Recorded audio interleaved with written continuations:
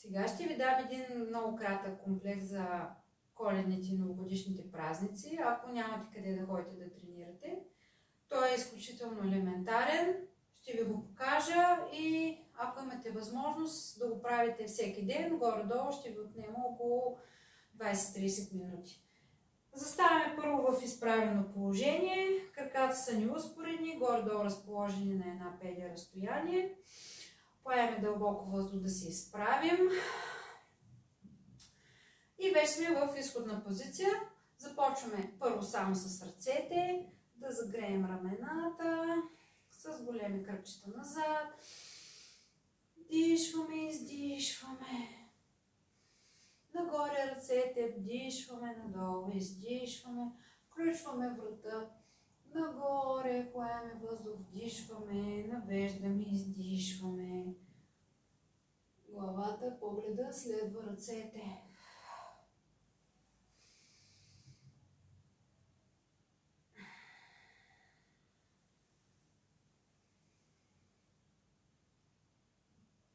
Така, правим общо 10 повторения.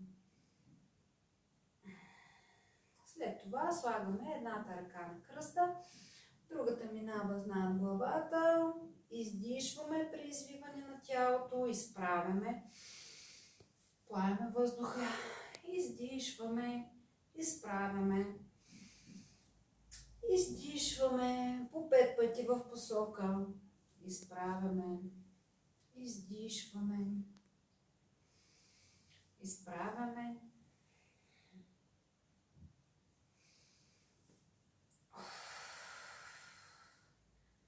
След това слагаме ръцете отстрани на тялото, изнасяме ги хубаво назад, колкото можем, заедно с единия крак. Този крак, който е назад, е хубаво изправен в коляното, стегнат и пази равновесие. Така, когато отидем назад, поемем въздуха и издишваме. Отново въздух. Правим по 5 повторения на крак. Общо 10 пъти. След това протягаме хубаво ръцете нагоре и започваме да слизаме надолу, като започваме от главата, прежнем по прежнем, докато заоблим хубаво тялото. Ръцете ги оставяме да паднат свободно надолу, призоблен гръбнак. Поеме въздух, тръгваме наобратно, от долните прешени нагоре, последно изправяме главата и ръцете, докато се изправяме, издишваме. Тръгваме отново надолу, като поеме въздух и докато слизаме бавно, издишваме. Много внимателно, не правим никакви резки движения. Бавно и осъзнато работим. Така. 10 такива навеждания са ни достатъчни да загреем гръбнака. Така, няколко кръгчета в колената, за да загреем и тях. В посока въртим 5 пъти. Това сменяме отново 5 пъти. Така, това, което съм забелязала е, че все по-често имаме проблеми с стъпалата и с глезените. Затова ще ги включа сега в комплекса. Вдигаме се хубаво нагоре на пръсти и падаме. Сега, когато дигаме, се опитваме да задържиме долу глезените, да не мърдат и да запазим хубав баланс. Горе и издишваме. Вдишваме и долу издишваме. Това също го повтаряме 10 пъти. Още едно упражнение в права позиция на тялото. Отваряме ръцете, поемаме въздух дълбоко и вдигаме единия крак, свиваме го, издишваме. Опитваме се да държиме стъпалата успоредно. Поемаме въздух и издишваме. издишваме. Така, 5 пъти вдигаме единия крак и 5 пъти вдигаме другия крак. След това ще преминем в позиция на земя. Навеждаме се внимателно, сядаме и бавничко отпускаме прешен по прешен да легнем. Ще направим едни елементарни коремни преси, в които ще включим участието на мускулите на гърба. За целта сме изпънати. Поемаме въздух и бавно започваме да се изправяме. Отново прешлен по прешлен. Когато се изправим, задържаме ръцете напред, дърпаме леко ramена назад и колкото може гърба ни да е прав. След това заобляме гърба внимателно и падаме много бавно и плавно назад. Поемаме въздух, докато се изправяме, издишваме. Трябва да преминем през хубаво изправената позиция на гърба, ramена назад, въздух и отново падаме назад. Това е достатъчно да го направим 10 пъти, след което продължаваме да вдигаме, но следващата ни серия ще бъде като се изправим, да разтворим хубаво ръцете настрани. Поемаме въздух преди да тръгнем назад, събираме ръцете, заобляме гръбнака, издишваме, докато слизаме. Така правим отново 10 повторения на позицията с ръце настрани. След като направим 10 повторения, пак се вдигаме и вземаме с дигнати ръце позиция. Отново прав гръб, колкото можем го бутаме напред, за да усетим как работят мускулите. Ръцете хубаво вдигнати, заобляме ги и падаме внимателно назад. Това също 10 пъти го правим и общо 30 пъти вдигаме от земята. След като приключим с този комплекс, можем да направим още едно упражнение за корема. Преди това малко ще отпуснем, като слагаме ръцете отзад и пренасяме колената наляво-надясно, главата в противоположна посока.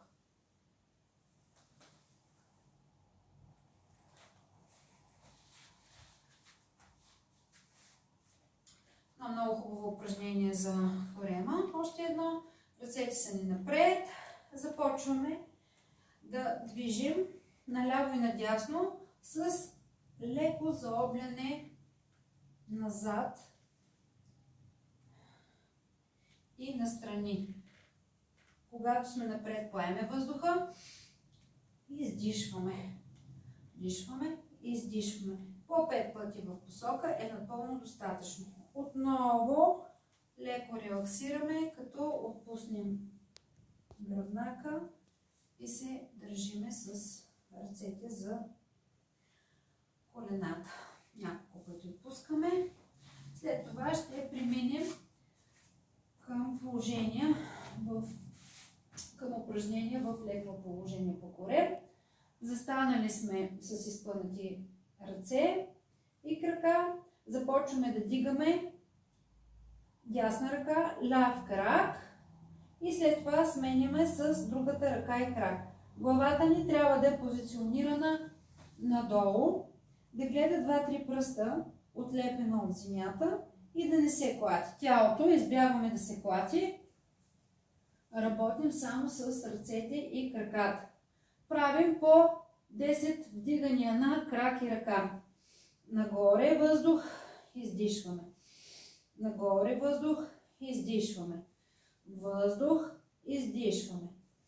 Въздух, издишваме. След като направим упражнението, общо 20 вдигания имаме в случая. Слагаме ръцете под рамената, повдигаме се нагоре и отиваме назад да почини малко гърба ни.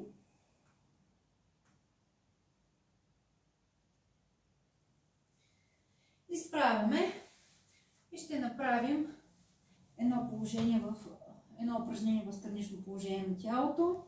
Легнали сме на ръка, за да ни е най-удобно. Изпъваме горния крак, долния крак ни е свит. Свободната ръка подпираме тялото, което не трябва да се мърда. Започваме да правим големи, хубави кръгчета с кръка, колкото можем, колкото ни позволява тазобедрената става, без да движим тялото и най-вече трябва да внимавате рамото да не се клати, да нямаме ето такова движение наляво-надясно. Значи 10 кръгчета на единия крак и след това 10 кръгчета на другия крак ще са ви достатъчни. Така, след като приключим с този крак, се обръщам на другата страна. Назад правим кръгчетата. Нагоре, когато дигаме кръка, вдишваме, надолу издишваме. Добре, тези упражнения са ви достатъчни. Преди да започнете разтягането,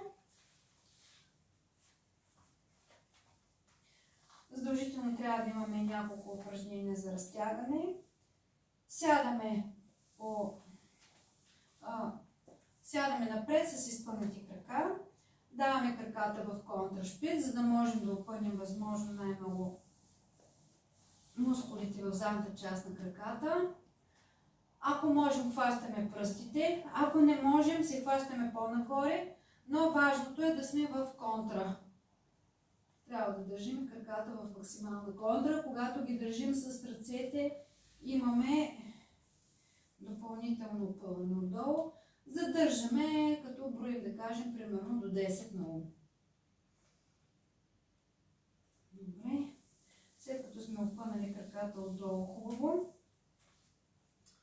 можем да се опънем в бедрата. За да опънем бедрата и съответно колената, заставаме на колена и внимателно започваме да се отпускаме назад. Отпускаме се до там, докъдето усетим, че в колената има опъване. Сега, ако не можем да стоим в тази позиция, можем да сме на колена. Ръцете отзад да подпират хубаво кръста. Стягаме седалището и максимално главата назад. Ще усетите отново опъването в бедрата. Така, хубаво е да опънем и ръцете, най-вече рамената и плешките. Хващаме за целта ръцете хубаво отзад, колкото можем ги вдигаме, колкото ни позволява ставата. Поемаме въздух, издишваме надолу, максимално ръцете ги вдигаме. И отново задържаме, като броим, да кажем, до 5-6. Ако ни е твърде мъчително, естествено ще се вдигнем и пак ще пробваме да го направим. Отпускаме малко рамената, за да не ни опъват. След което слагаме, това е вариант на котишкото гръбче, ръцете пред колената, краката на пръсти, поглеждаме хубаво нагоре тавана, поемаме въздух, издишваме и потъваме максимално между краката, като се опитваме да ги разпъваме настрани. Отново напред. Въздух. Отпускаме. Това 10 пъти, като го направим, ни е достатъчно, ако, разбира се, го направим със старание, а не просто да се движим наляво и надясно. Трябва да натискаме хубаво кръста и след това да заоблеме. Добре. Пускаме се настрани. Отново ще направим леко разпъване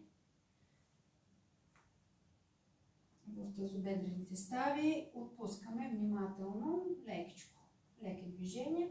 За да усилим разпъването, малко надолу можем да слезнем. Ще го усетим.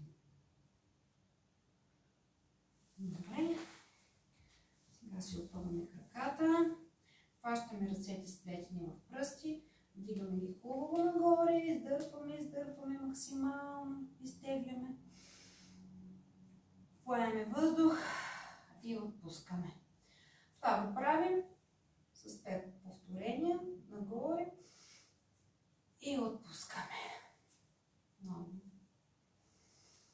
Нагоре и отпускаме. И с това практиката ни приключва.